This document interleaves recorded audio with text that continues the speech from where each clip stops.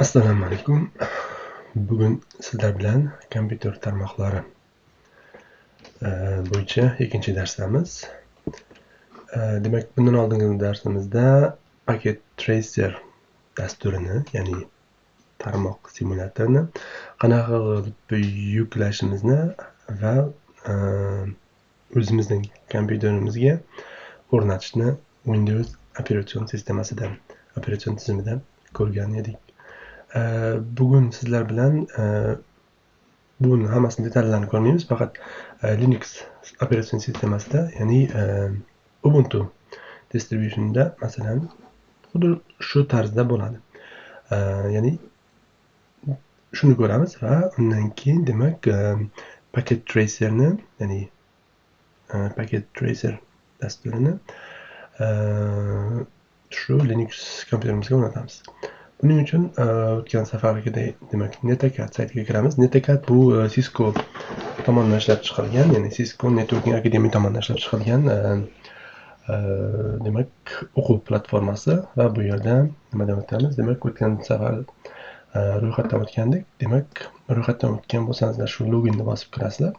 Agarda o'tmagan bo'lsangizlar, pastda demak sign up knopkasi bor. Shu orqali demak anketani to'ldirish orqali o'zingizga bitta nima ochib olasizlar. Akkaunt ochib olasizlar, ya'ni ro'yxatdan o'tasizlar. Bir marta o'tganingizdan keyin demak keyingi safari shu loginni bosib, mana bu yerda o'zingizning loginingizni va ya'ni emailingizni va parolingizni yozgan holda demak o'z platformasiga kirasizlar. Ya'ni o'tgan safarda ko'rganimizdek bu yerdan Explorer orqali har xil kurslarimiz bor. Buning ichida Packet Tracerni tanlab olamiz dedik va buni tanlagandik va bu Getting Started degan birinchi darsini, ya'ni kursini tanlab, demak shu yerda Getting Started Self-Paced degan nimani tanlaymiz va bu yerda bizga keraklisi demak biz yuklab olmoqchimiz. Ya'ni bizga asosiy kerakli narsamiz demak buni yuklab olish sayti kerak. Demak, o'tgan safar biz shu sahifaga kirib, bu yerda biz Windows operatsion sistemasiga tegishli faylni yuklab olgandik. Endi bu yerda esa biz Ubuntu versiyasini yuklab olamiz. Demak, shuni bosishlar orqali demak uni yuklash boshlanadi va bu tugagandan keyin demak qanday qilib o'rnatamiz shuni ko'rsak bo'ladi. Demak, mana bu yerda qaysi tizimdan qat'iy nazar demak bu yerda qanday qilib o'rnatish nimalari demak PDF faylda ko'rsatilgan. Buni ham xohlasangizlar 3-tabletida demak ochamiz. Ya'ni bu yerda yuklab olishimiz keltirilgan, o'zingizning operatsion tizimingizga bog'liq bittasini yuklab olasiz va undan keyin bu ikkinchi qadami demak Windows kompyuterlar uchun buni o'tgan darsimizda ko'rgandik. Endi bu darsda esa Ubuntu. Agar Mac tashlaydigan bo'lsangizlar, demak birdaniga mana bu qadamga o'tasizlar. Demak, men Macni qilib ko'rib o'tirmaymiz. Demak, Ubuntudan qaraymiz.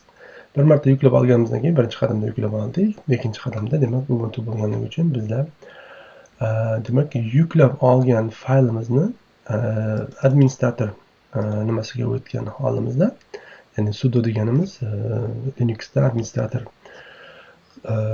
akkaunti, ya'ni administrator sifatida siz apt paketining ichida demak install komandasini ishlatamiz. Ya'ni shu komanda orqali bu faylni yuklaymiz. Xohlasangizlar Windowsdagi o'xshab mana bu yerda yuklab olingan dev faylni 2 marta sichqonchamiz bilan 2 marta chertlagan, demak bu yuklanadi, to есть uстановка bo'linadi. Lekin Linuxdagi qoidasi bo'yicha demak terminalni ochishimiz uchun Ctrl Alt T kombinatsiyalar orqali demak terminalni ochib olsak bo'ladi. Keyin bu yerdan o'zimiz qidirsak demak shuni topamiz. Va bu yerga kelib biz qayerga yuklanganini odatda biz Linux bo'yicha keyinchalik boshqa darslar qilarmiz yoki demak boshlang'ich bilimlar bo'lsa demak ls bu bizdagi bor fayllar va papkalarni ro'yxatini beradi. ls komandasi list degandan kelib chiqqan. Undan keyin bizga yuklangan narsalarimiz ko'pchiligi downloads bo'ladi. Ya'ni bunga o'tib olishimiz cd komandasi orqali demak downloadsga o'tib olamiz, downloads papkasiga va downloads papkasida ham qarasak demak men bu hozir yuklab olganim, mana ikkinchi yuklab olganim. Bu demak o'tgan safar yuklab olganim va buni demak men allaqachon o'zim kompyuterga o'rnatganman. Faqat sizlarga shu narsani ko'rsatib ketmoqchi edim. Demak, sudo apt-get yozsagan bo'ladi. Hozirgi demak oxirgi versiyani apt-ni o'ziga tegishli. Install demak undan keyingi bizdagi tochka va slash belgisi bu demak shu turgan papkamning ichida, ya'ni shu turgan katalogning ichida, directoryning ichida men Cisco Packet Tracer faylini demak yuritmoqchiman. Ya'ni bu yerda menda ikkitasi bo'lganligi uchun kutib turibdi. Demak, qaysisini tanlaysan deb. Ya'ni men birinchi debning o'zini tanladim. Demak, shuni komandani bosishingiz orqali bizdan demak administratorlik parolimizni so'raydi va parolimizni terganimizdan keyin demak, agar Linuxda birinchi marta ishlatgan bo'lsangizlar, men bu yerda tergan parolim nechta harfdan iborat, shuni hammasini yulduzchalardan ko'rsatib qo'ymaydi. Birdaniga demak faqat terayotgan odamning o'zi biladi va shu bilan kirib ketiladi. Demak, Packet Tracer allaqachon bizga o'z ustanobga qilingan deyapti va bu yerning o'zida ham aytyapti. Shu Packet Tracer komandasi orqali biz yuklab, to есть bu Packet Tracerni ishga tushirishimiz mumkin deyapti. Yoki bo'lmasa, mana bu instruksiyaning o'zida ham mana bu yerda aytyaptiki, hammasi bu ustanobga qilinib bo'lgandan keyin, o'rnatilgandan keyin shu Packet Tracer komandasi orqali demak buni ishga tushirasan deyapti. Okay. Buni xohlamagandim. Okay, demak demak biz terminalga qaytamiz va bizga Packet Tracer komandasi orqali demak biz Packet Tracerni ishga tushiramiz. Okay. Demak, o'tgan safar Windowsda yuklab oldik va ishga tushirdik. Bu darsimizda esa faqat farqi Ubuntu operatsion tizimida buni bajardik. Va endi asosiy darsimizga kelamiz. Asosiy darsimiz, ya'ni ikkinchi darsda sizlarga tushuntirmoqchi bo'lgan narsa Packet Tracer bilan tanishish edi. Demak, Packet Tracer tarmoq simulyatori bu yerda, bu oq katta maydonchamizda, bu ish maydonchamiz. Bu yerda biz hamma ishlarimizni bajaramiz. Ya'ni biz kerakli qurilmalarni olib kelamiz va bir-biridan ma'lumotlar yuboramiz. Ya'ni asosiy ish stolimiz bu joy, maydonchamiz. Undan keyin demak pastda har xil kompyuter qurilmalari, ya'ni tarmoqdan foydalanadigan tarmoq qurilmalari va foydalanuvchi qurilmalari ham boshqa nimalari qurilmalarni qidiramiz. Okay, shu yerdan boshlaymiz. Demak, birinchi bular ham kategoriyalarga ajratilgan. Masalan, qarasangizlar, network devices, undan keyin end device deganimiz foydalanuvchi devicelari, foydalanuvchi qurilmalari. Network device bu tarmoq qurilmalari. Undan keyin demak komponentlar, bu yerda har xil kontrollerlar bor. Bu yerda esa ulash uchun kerakli bo'ladigan har xil kabellarning ismlarining turlari va boshqa kategoriyalarni keyin ko'ramiz. Demak, birinchi kategoriyaning subkategoriyasi, ya'ni ikkinchi darajali kategoriyalarda birinchi routerlar, undan keyingisi switchlar, ham bu yerda hub, ham simsiz tarmoq qurilmalari, ya'ni wireless routerlar, access point, modem ham boshqa demak qurilmalarimiz bor. Undan keyin demak security, ya'ni xavfsizliklar bo'yicha har xil firewalllar bor va undan keyin bu yerda WAN, ya'ni wired area network qurilmalari bor, modemlar va boshqa. Demak, bu ikkinchi kategoriyamizni foydalanuvchi qurilmalarda ham xuddi shunday. Birinchisi kompyuter. Masalan, mana bu yerda bizga bitta kompyuter kerak bo'lsa, shuni olib kelib qo'yamiz. Masalan, bitta laptop kerak bo'lsa, uni ham olib kelib qo'yamiz. Server kerak bo'lsa, uni ham demak bitta tanlaymiz, demak olib kelib qo'yamiz. Demak, bu xohlasangizlar, masalan, ikkinchi kompyuterni olib kelib qo'yamiz. Sal tushunarliroq bo'lishi uchun, demak, shunday qilib demak tarmog'imizga demak shunaqa narsalar kerak ekanligini ko'ramiz. Va endi uchinchi kategoriyamiz bu har xil IoT qurilmalari, ya'ni kontrollerlar ham boshqa nimalarimiz. Buni IoT darslarida ko'proq foydalanamiz va bu yerda ham sizlarga keyingi darslarimizda ko'rsatib ketishga harakat qilamiz. Demak, har xil kontrollerlar. To'rtinchi kategoriyasi biz ko'proq foydalanadigan, demak, har xil kabellarimiz bor. Ya'ni bu qurilmalarda bir-biriga ulashimiz uchun kerakli bo'lgan kabelni, mos kabelni tanlab va shuni demak ishlatib ko'rishimiz uchun. Masalan, bu kabelimiz copper straight through deganimiz va mana bu yerda copper crossover ikkita kabelimizning nimasi bor. Masalan, buni hozir internetda sal ko'z oldingizga keltirish uchun, masalan, internetda masalan bizdan RJ45 deyiladi. Ya'ni bu RJ45 asosan bu ya'ni RJ45 kabel deb yuritiladi ko'pincha. Image deb qo'yamiz. Demak, aslida demak bu tarmoq kabellari har xil turlar bo'ladi va buning turida ham demak ko'rib turganingizdek bu yerda bu kabellarning ichida bir marta bo'lsa ham ko'rgan bo'lsangizlar, tarmoq kabellari, masalan, uylaringizda hozir ulanib turgan Wi-Fi nimalaringiz ulanib turgan demak modemdan demak agar уже ko'pchilikda demak optik taloli simlar orqali kelib turgan bo'lsa, demak optik talol sim bilan sizning Wi-Fi routering orasida shu turdagi sim bo'lishi kerak. Agar shunaqa bo'lsa, demak shu simning ichida demak 8 ta kichik simlar bo'ladi, mayda simlar bo'ladi. Ya'ni bular 4 ta juftlik, ya'ni 8 tadan iborat bo'ladi va buning ichidagi simlarning nimasiga bog'liq? Masalan, ichida ikkita nimasi bo'ladi. Ya'ni bu yerda hozir sizlarga aytib ketmoqchi bo'lgan narsam, mana bu yerda ikkitasi ham RJ45, lekin ikkalasining ham boshlanishi xuddi shunaqa bo'ladi, lekin ichidagi simlari, masalan, ikkalasining ham ichidagi nimasi bir xil bo'lsa, bu ya'ni copper straight through, ya'ni to'g'ridan to'g'ri ulangan, ya'ni ikkala uchi ham, demak kabelimizning ikkita uchi bo'ladi. Demak, ikkita uchi ham demak bir xil standartda bo'lsa yoki bunaqa bo'lsa, demak bu copper straight through. Agarda ikkinchi tomonida borgan paytida, demak ikkinchi standartda bo'lsa, bir uchi bunaqa, bir uchi bunaqa bo'ladigan bo'lsa, bu copper cross, ya'ni bu kabellar masalan bir xil nimalarni ulashimiz uchun shunaqa, ya'ni bir tipdagi, ya'ni bir kategoriyadagi bir tipdagi qurilmalarni ulashimiz uchun copper crossover kabel kerak bo'ladi. Okey, bularni keyingi nazariy darslarimizda ko'proq aytishga harakat qilamiz. Hozir amaliy ko'ramiz. Masalan, amaliyda shuni tekshirib ko'ramiz. Masalan, to'g'ridan to'g'ri copper straight through kabeli bilan demak bunga ulagan paytimizda ko'rib turganingizdek fast ethernet bilan ulayapman.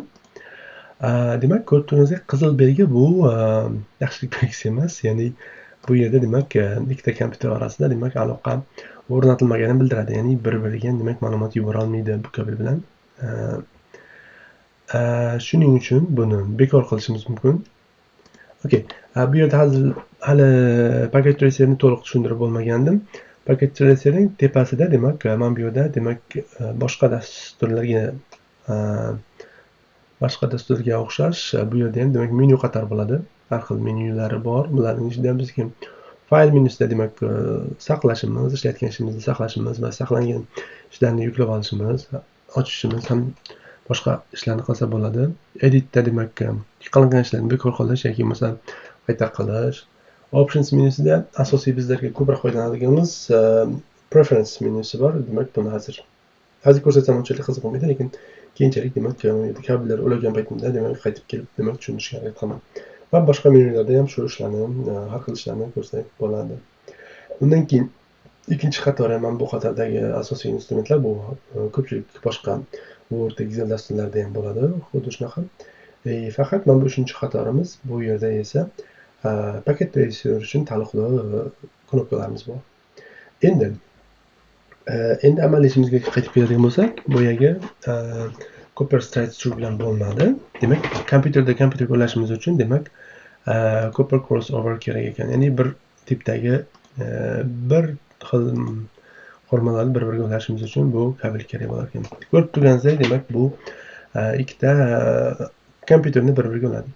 Endi shu yerda ozgina bo'lsa nazariy bilimlarni berib ketaveramiz. Demak, kompyuter tarmoqlari deganimiz nima deganda, ya'ni kompyuter tarmoqlari ikkitadan ko'p bo'lgan desak to'g'riroq bo'ladi.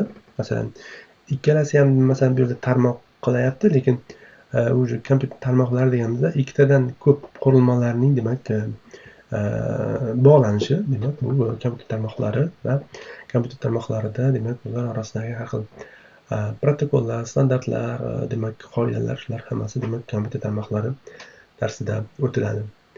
Biz ko'proq hozir boshida amaliy darslar bilan ayrim tushunchalarni sal berib olamiz va undan keyin demak 4-5 ta amaliy darsimizdan keyin nazariy bilimlarni berishga harakat qilamiz. Demak, biz ikkita kompyuterni bir-biriga uladik. Endi 3-chi kompyuterni ham, ya'ni 3-chi laptopni ham xuddi shu usulda demak bunga ulaydigan bo'lsak, buni hozir biz ulay olmaymiz. Chunki odatda kompyuterlarda faqat bittagina network, ya'ni tarmoq kartasi bo'ladi. Lekin bunda albatta ikkinchi karta sotib olib yoki adapter orqali qo'shsa bo'ladi.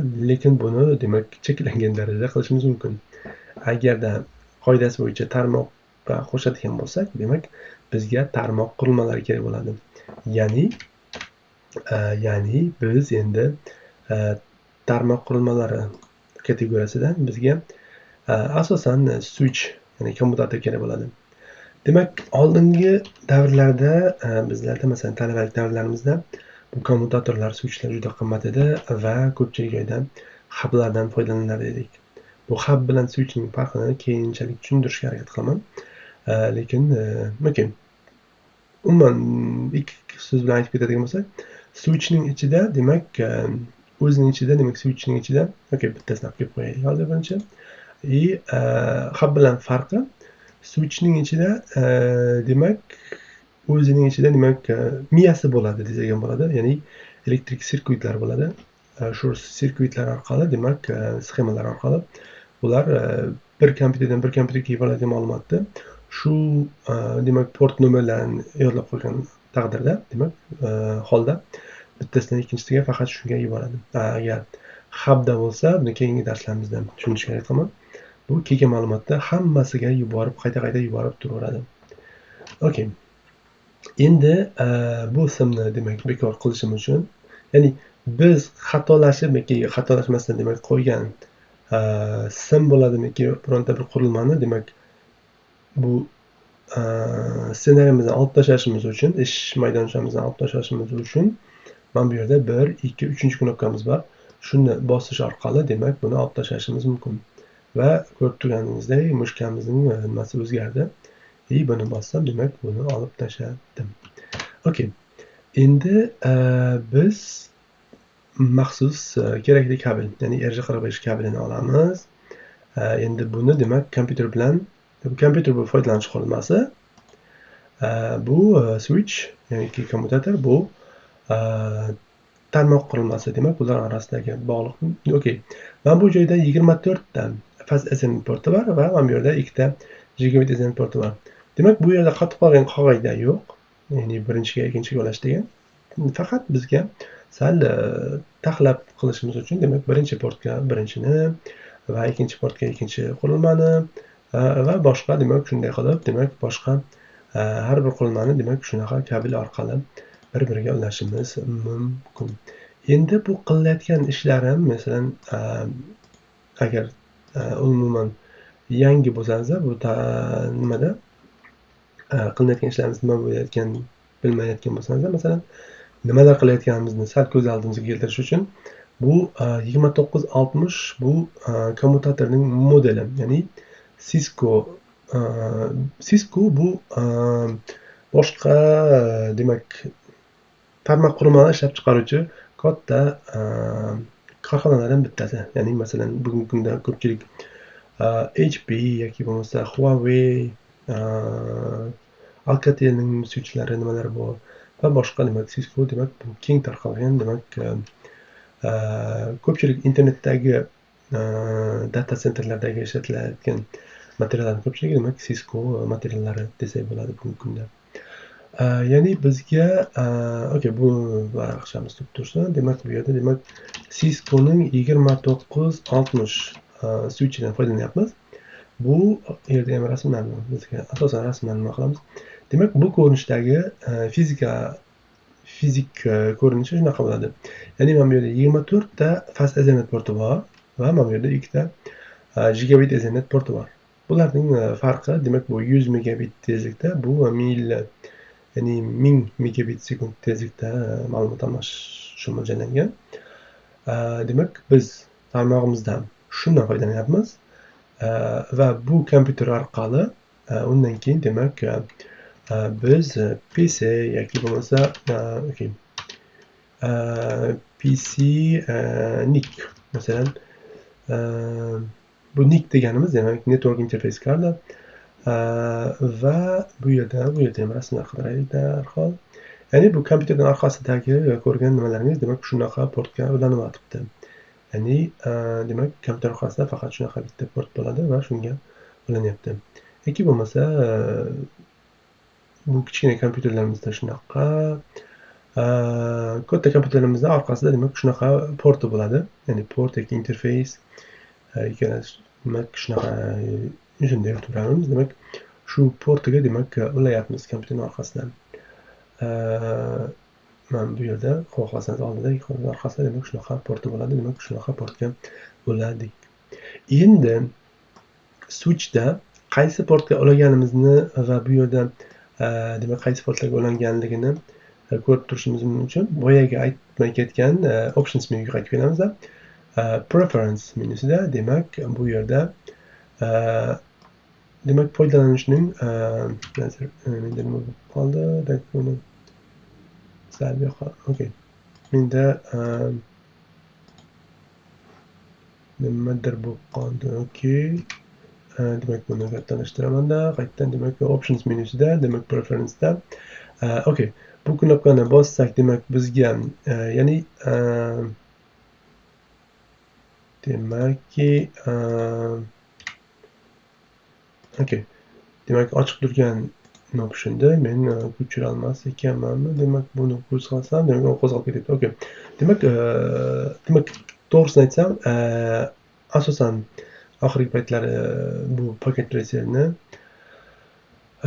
Windows'da ishlatayotganda Windows'da bunaqa hol bo'lmagan edi. Ya'ni options menyusida preference bosishim bilan demak buni bu yoqqa demak bemalol qo'zg'ab yurardim. Okay, zarar yo'q. Demak always'ni bosishim orqali demak bu narsa demak portlarning nomlari demak foyda bo'ladi yoki yo'q bo'ladi.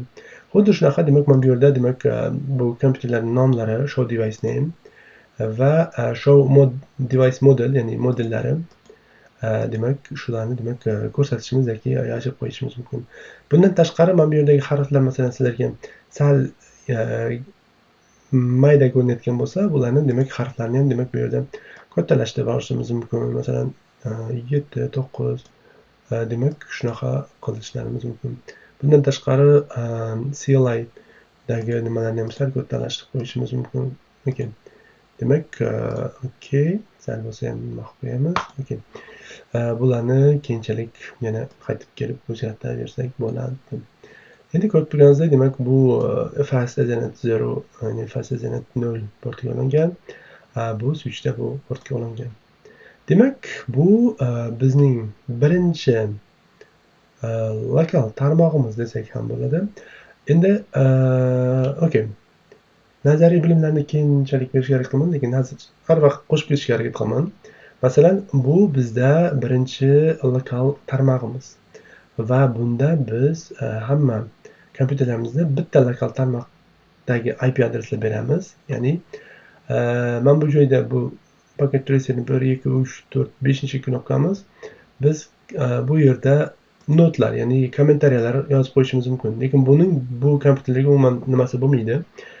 Ta'siri bo'lmaydi. Bu faqat biz uchun, ya'ni Pocket Tracer'da ishlayotgan odam uchun har xil kommentariyalar, ya'ni tekstlar, tushunchalar kiritib qo'yishimiz mumkin. Masalan, bu yerda biz o'zim sizlarga ko'rinib turish uchun 192.168 masalan aytaylik 25 xohlagan nomni qo'yishingiz mumkin va bu yerda 0 24 bitli tarmoq maskasi yoki bo'lmasa tarmoq maskalarining ahamiyatini keyinchalik tushuntirishga harakat qilaman.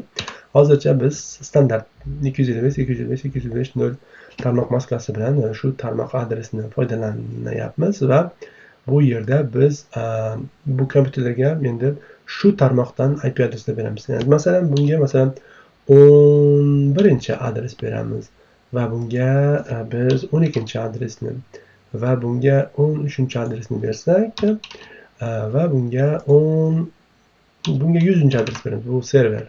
Alohida server. Keyingi darslarimizda serverni ko'proq foydalanishni tushuntiraman. Nima uchun kerakliklarini. Bu 11 adres.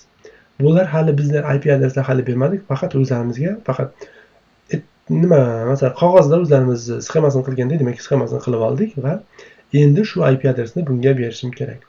Uning uchun bu Packet Tracer kompyuter tarmoqlari darslari uchun juda ham yaxshi pedagogik dastur. Ya'ni bu kompyuterlarni tanlashimiz orqali bu kompyuterda demak bizlar har xil sozlamalarni o'zgartirishimiz mumkin, konfiguratsiyalarni. Uning uchun biz birinchi kirgan paytimizda fizik modda turibdi, ya'ni fizik ko'rinishi. Ya'ni bu yerda e'tibor berib qarasanizlar, pastida mana bizda hozircha faqat sim orqali ulanadigan tarmoq interfeysi qo'llangan. Buni olib tashlab, mana bu yerda simsiz nimalarni qo'shishimiz mumkin, tarmoq kartalarni qo'shishimiz mumkin va bularni keyingi darslarda ko'ramiz. Hozircha bizga demak bu kompyuterimizning simli ulanadigan tarmoq kartasi bilan ishlayveramiz. Va bu yerda bu kompyuterimizni o'chirib qo'shishimiz mumkin. Masalan, buni bossak o'chadi. Ko'rganingizdek, buni qizil bo'ldi, demak bu ulanmadi. Bossak, demak bu kompyuterimiz yana ishga tushadi. Ikkinchi, mana bu yerda har xil tarmoq kartalari bor. Bularni keyinchalik darslarda ko'ramiz. Bu yerda konfiguratsiya menusida grafik interfeysda bularni hammasini qilsak bo'ladi. Bu yerga demak IP adreslarini nimadan berishimiz mumkin. Lekin buni asosiy demak 3-menyudan qilaman azimin. 3-menyuda demak bu yerda har xil applicationlar, ya'ni masalan desktopdagi рабочий stol, ya'ni рабочий stolmizda har xil demak dasturlardan foydalanishimiz mumkin. Ya'ni har xil sozlamalarni qiladigan bo'lsak, masalan, bu yerda bizlardagi navigatorlar Chrome, Mozillaga o'xshagan, demak Mozilla Firefoxga o'xshagan, demak har xil navigatorlarimiz bor bitta. Bunisi command prompt, bu CMD, ya'ni bizning terminalimiz yoki CMD'miz, Windowsda CMD. Bu esa terminal, bu alohida application.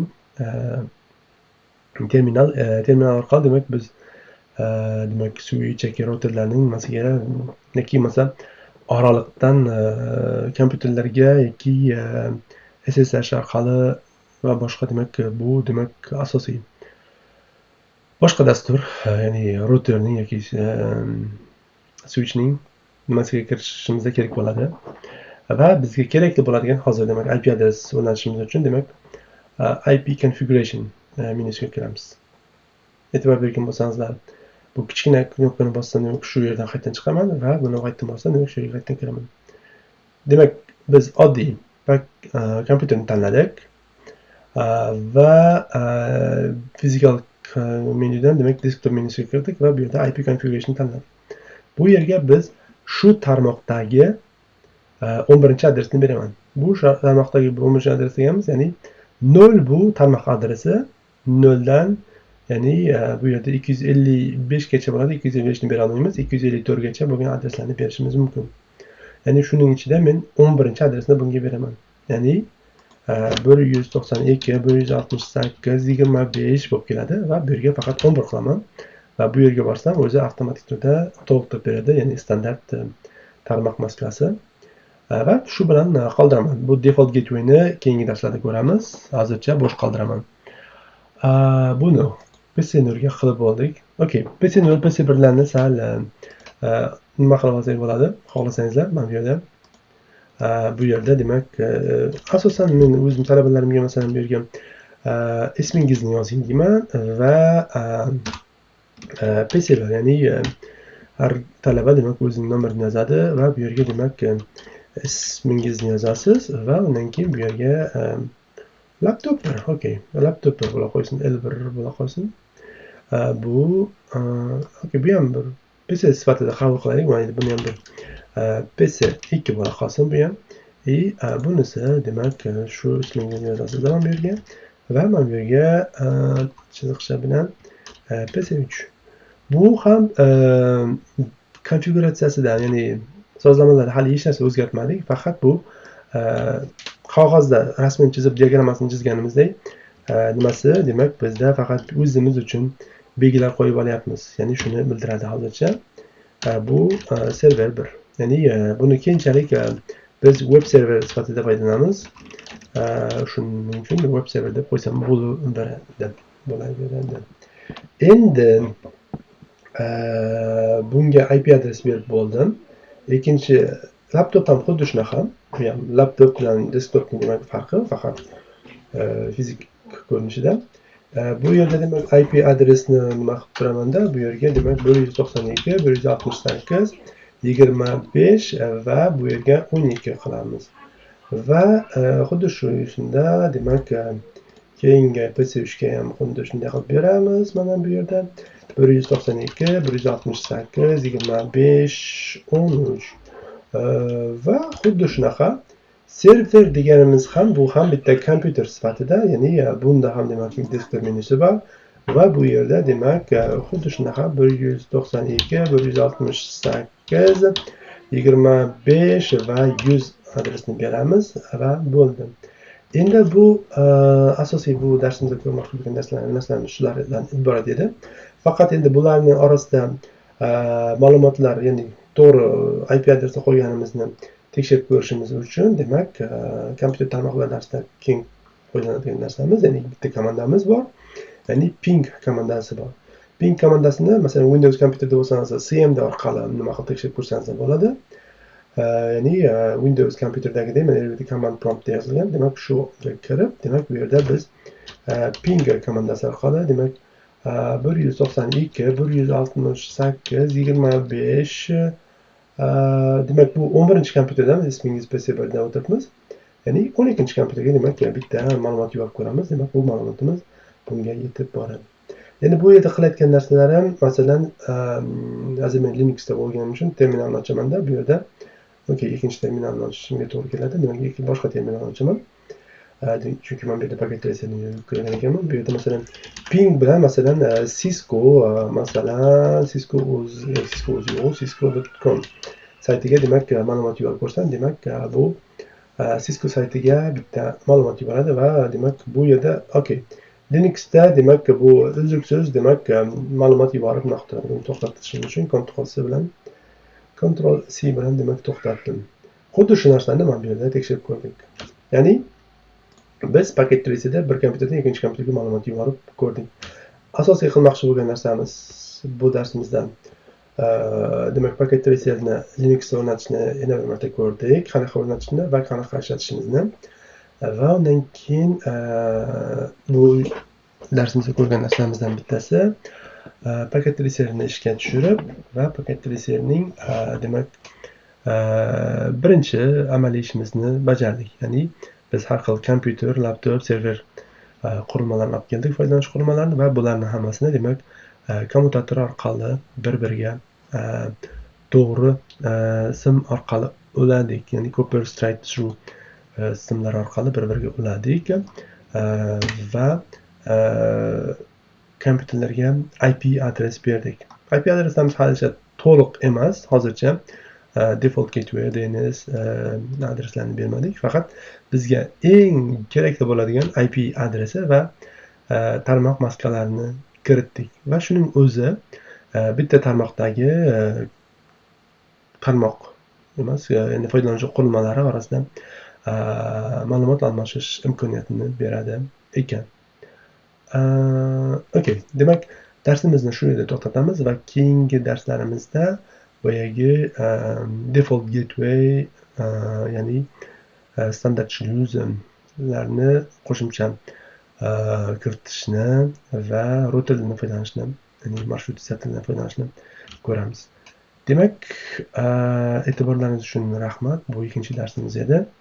Agar darslarimiz sizga foydasi tegayotgan bo'lsa, pastda like ni bosib, demak, keyingi darslarimizni ham kuzatishingizni taklif qilamiz. Demak, keyingi darslarda ko'rishguncha xayr.